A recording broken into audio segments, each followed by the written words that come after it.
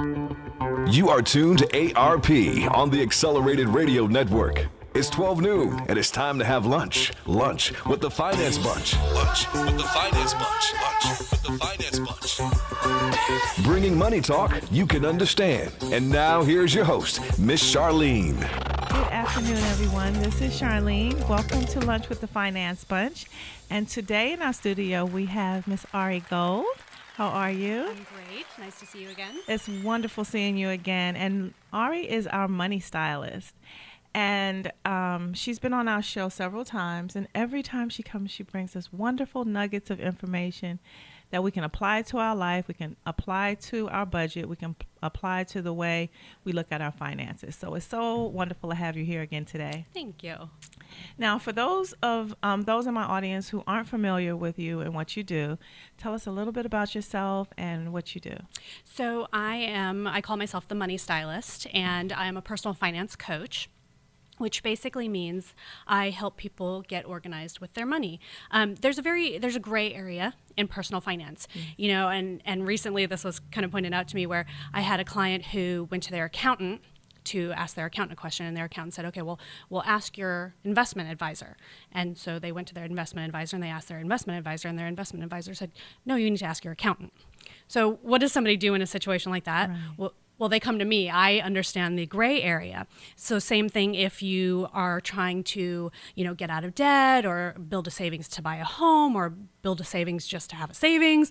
Oftentimes you think, oh, I'll go to a financial planner, right? They do a financial plan. They'll help me figure out my plan. Well, excuse me, a financial planner is going to say, is going to ask you where you want to go for retirement. Where do you want to be? What are your long-term goals? Right. And you say, I just want to get out of debt now. And they go, well, you need $500 a month to start putting into this fund. And you go, whoa. So people come to me to figure out how they're going to restructure their finances today to potentially free up some money to meet their long-term goals or to even meet their short-term goals, whether it's just to have enough money every month to pay their bills or have enough money to go out to eat or maybe take a vacation every now and again. So I deal with the shorter term, prepping you with the knowledge and the power to go into the longer term feeling comfortable. I love that explanation because there are so many people stuck in that gray area where, like you said, the accountant isn't the answer. The accountant, keeps track of, what to make sure and keep you out of, tax trouble. Yes. First of all. And then, of course, they have, a slew of other things that they do. But that gray area between the accountant and your financial advisor is exactly where most people are. Mm-hmm. They're trying to figure out how to get to the short-term savings, how to get to their vacation, and, so that they can feel that, working all years, they get a reward at the end. Yeah. So, yeah, I love that explanation. Well, and the reason I call myself the money stylist is that in my previous career, I worked in the entertainment industry in clothing and styling. Okay. And, the thing about a stylist isn't going to go, this is what the hot thing on the runway is and put it on a client. They're going to ask the client, well, where are you going? What event are you going to? I'm not going to put you in a runway outfit if you're going to a polo match, Right. They ask, well, what kind of style, what do you like?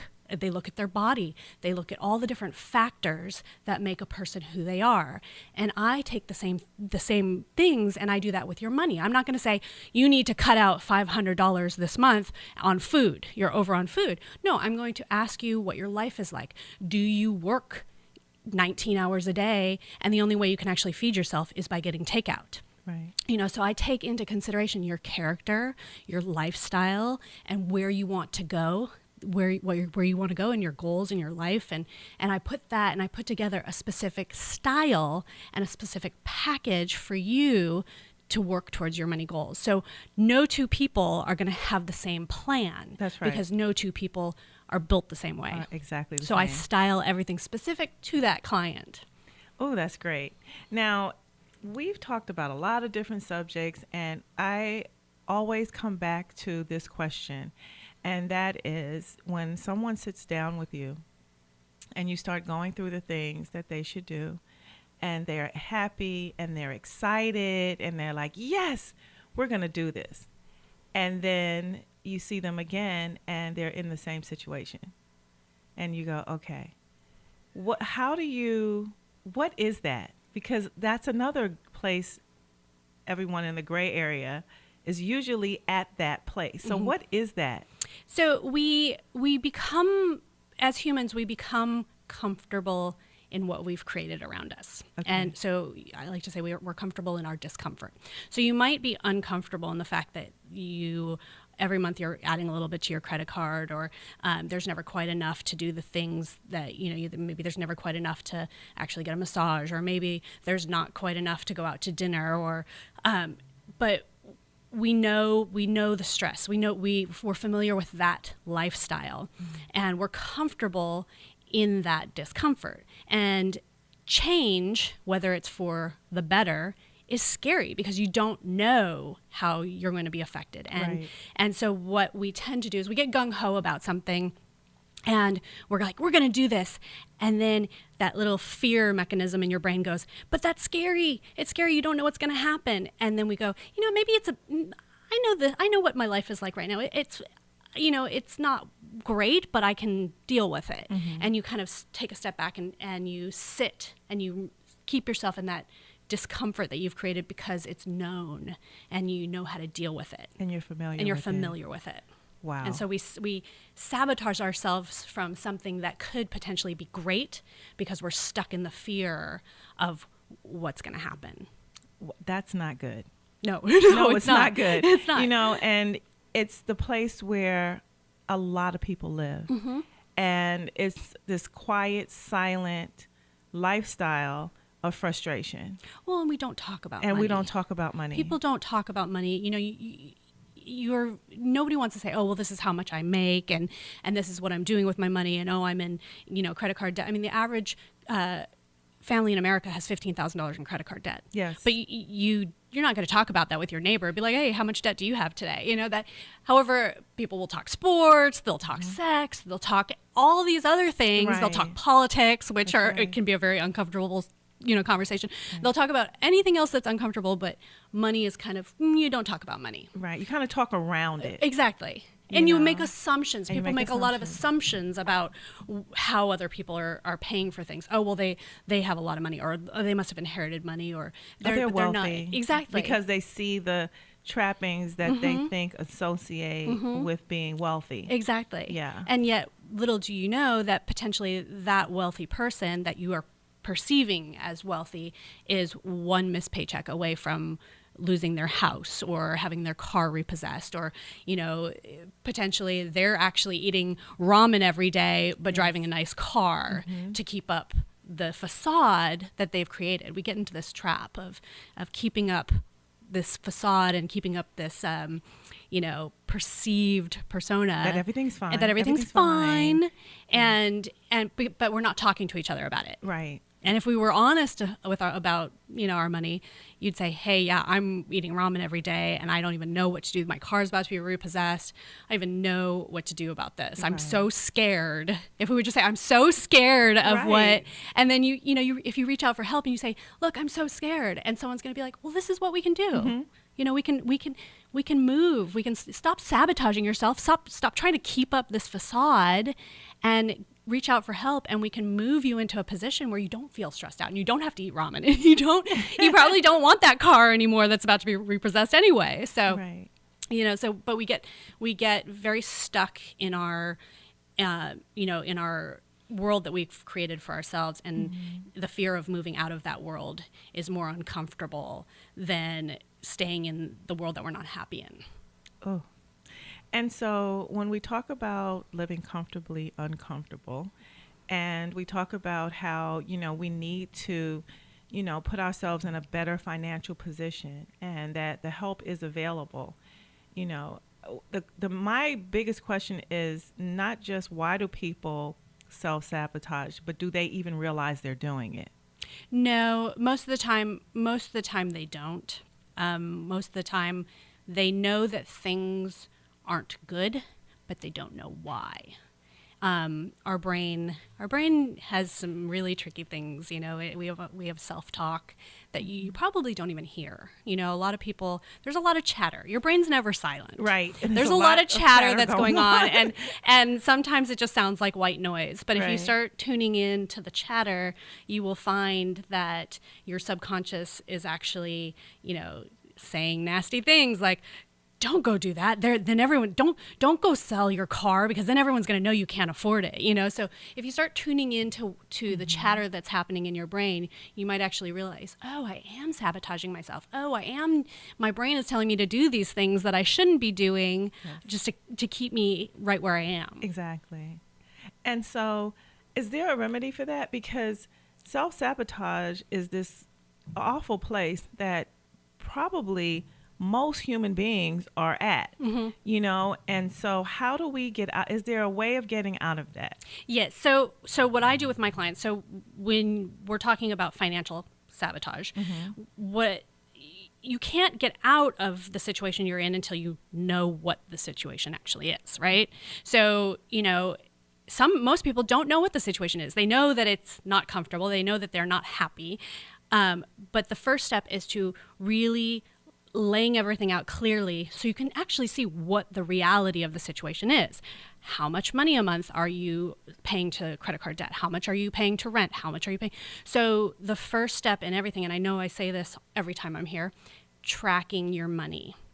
Right. Tracking. And the reason, and it's not just because at the end of the year you need that information for accounting.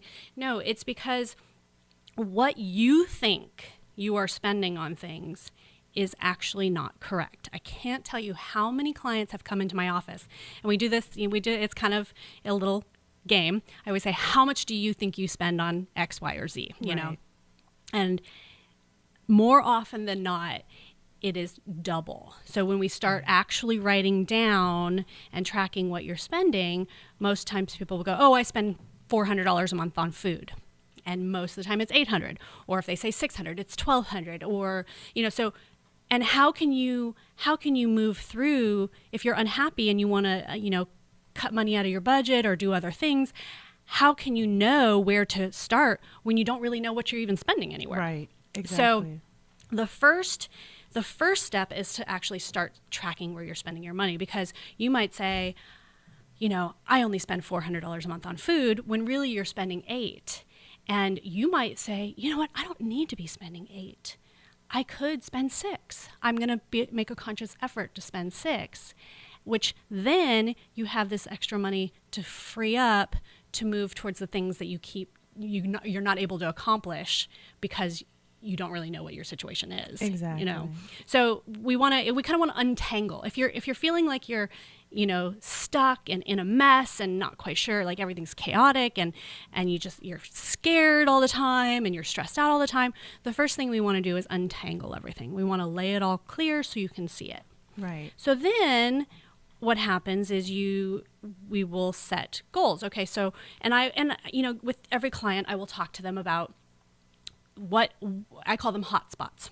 What are your hot spots? Places where you impulse buy, and especially if we're writing down all their spending, we spend some time just not changing anything, just seeing where their money's going. Right. So they might go, oh my God, I didn't realize that food was a hot spot. I didn't realize I was spending that much money. And yes, I'm impulsive. I just, I'm in the mood for sushi and I just order, what's the new DoorDashers or, what are those ones where you can literally get on your phone and have sushi delivered. Right.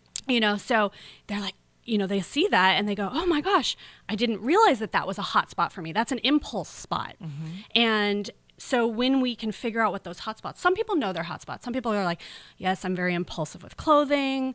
Other people will tell me off the, top, oh, I'm very impulsive with iTunes. I download a lot of music or, shoes or makeup or everybody has, and some people, it might be gambling. Some people, it might, everybody is different. So your hotspots are never going to be the same. It's just, hotspots are places where you make split second decisions and can't really, it's a want. I want, this is so exciting. I want to do this. And then you don't think about the long term. The outcome.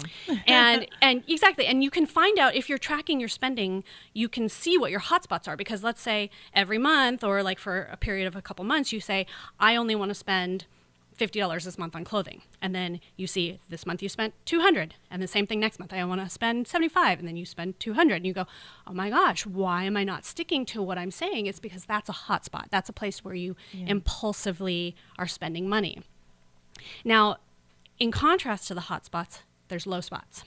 And low spots, even though low is kind of, you think of low as, oh, that's a negative, but it's actually, low spots are places where if you were to spend your money, you would get, you would feel happiness, you would feel growth, your soul would be nurtured, but they get ignored. So they're kind of steamrolled by the hot spots. Like, you might say, I really, really would love to have a massage or a chiropractic adjustment, but there's never any money. Or, I'd really, really love to have a cleaning person, which would mean I could spend time with my kids, but there's never enough money.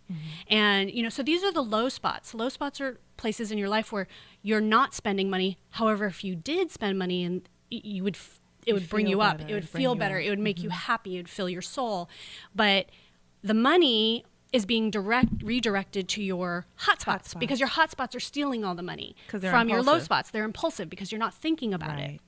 And so, so one of the biggest things that I do with my clients is we actually figure out what the hotspots are and what the low spots are.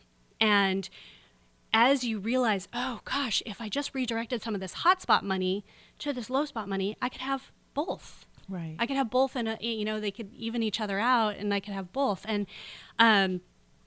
so in doing that, people will make the decision consciously.